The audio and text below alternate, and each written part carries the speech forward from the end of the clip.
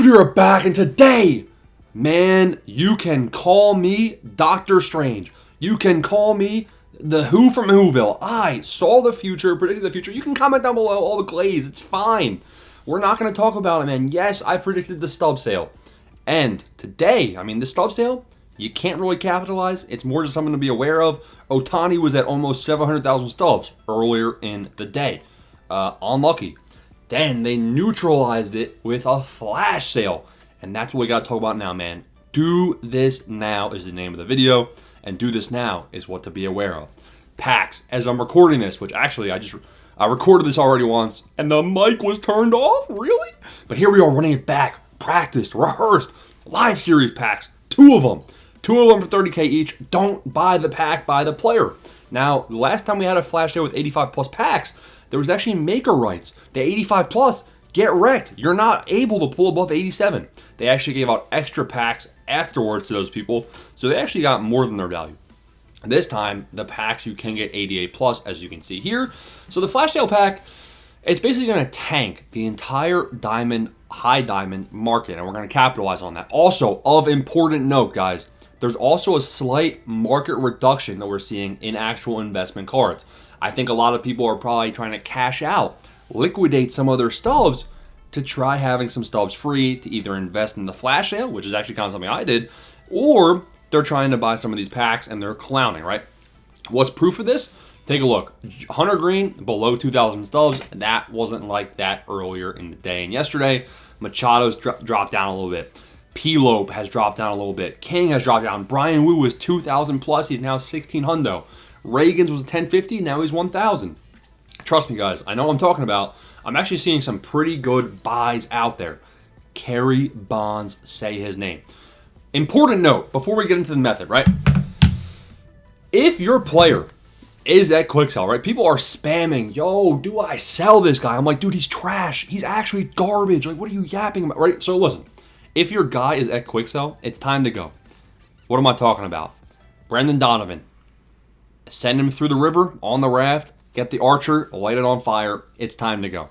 He's at quick sell. The market is actually pricing people very, very fairly. Ohapi, Donovan, both of them selling. Trash. Not good enough. This update. Time to go for both of them, right? You can cash out, liquidate those stubs, put them elsewhere. There are definitely good buys out there. Not good buy, like later, see you later, buddy, waving by. Varsho. Multi-home run game. Batting average still trash, but the power, I think he's got 5 home runs now. And you can see he's around 450. So guys that are a little bit elevated from quick sell are the ones that are actually intriguing buys. Like Chapman. How high can Chapman go if he doesn't have that game where he cooks himself on walks? P-Lope, flip. Schwarber. How high can Schwarber go? Basically, you want to be targeting those guys that are slightly elevated in price. Swanson. Riley's trash. Pena's decent, but like people don't know. He's pretty fair priced. Kerry Bonds, Reagan's, etc. Now we get into what I wanted to talk about today. I went ahead and sold off the bum, Brendan Donovan. And take a look. Again, we are seeing a crash in these high diamond cards, and we've seen it over and over again. It's a rubber band. We made stubs already. If you've been a member on the last couple of flash sales, you buy that dip, and then they rebound back up in their price. You can see I bought Zach Wheeler for $88.50, and I bought 29. My bad. Give me a break. 29 Corey Seagers for 46 hundo. Let's go ahead and check the marketplace out. There's still time for you to do this. It's about an hour and a half left on that flash sale pack. We should see prices. This is not a long-term investment. This is something where prices probably bounce back quick. Here we go. Now, I actually went through, the first time I tried recording this video, I checked out the prices of a lot of these guys, right? Mason Miller, a good example, right? Like, what you want to do is pull up the companion app, pull up the guy you're looking at to see, should I buy this guy? Pull up his trends. Mason Miller, his trend, he was around 44,000 stubs earlier in the day. Now, don't anticipate them getting back to that full value. Anticipate maybe 80-90% of that value coming back. So let's say he goes to 40,000 stubs instead of 44. You're only really making after tax about 6,000 stub profit per. So for that 29K buy-in every single card, it's not really worth it. Now guys like Betts and Scooball, pretty similar to Mason Miller. Paul Skeens is somebody who probably can do this on. Skeens has always been kind of pushing 70, 80,000 stubs. So you probably will make between 10 to 20K stub profit for every Skeens you buy below 50K. Acuna was one that I really liked. He's back from injury, first off. But second off, Acuna, he was, I don't know, 37K, 37. He was pushing 35. Let's call him 35, 37K. So if Acuna rebounds back up to 30K, you're only paying 22K per card. You'll probably be making about 6,000, 7,000 stub profit per.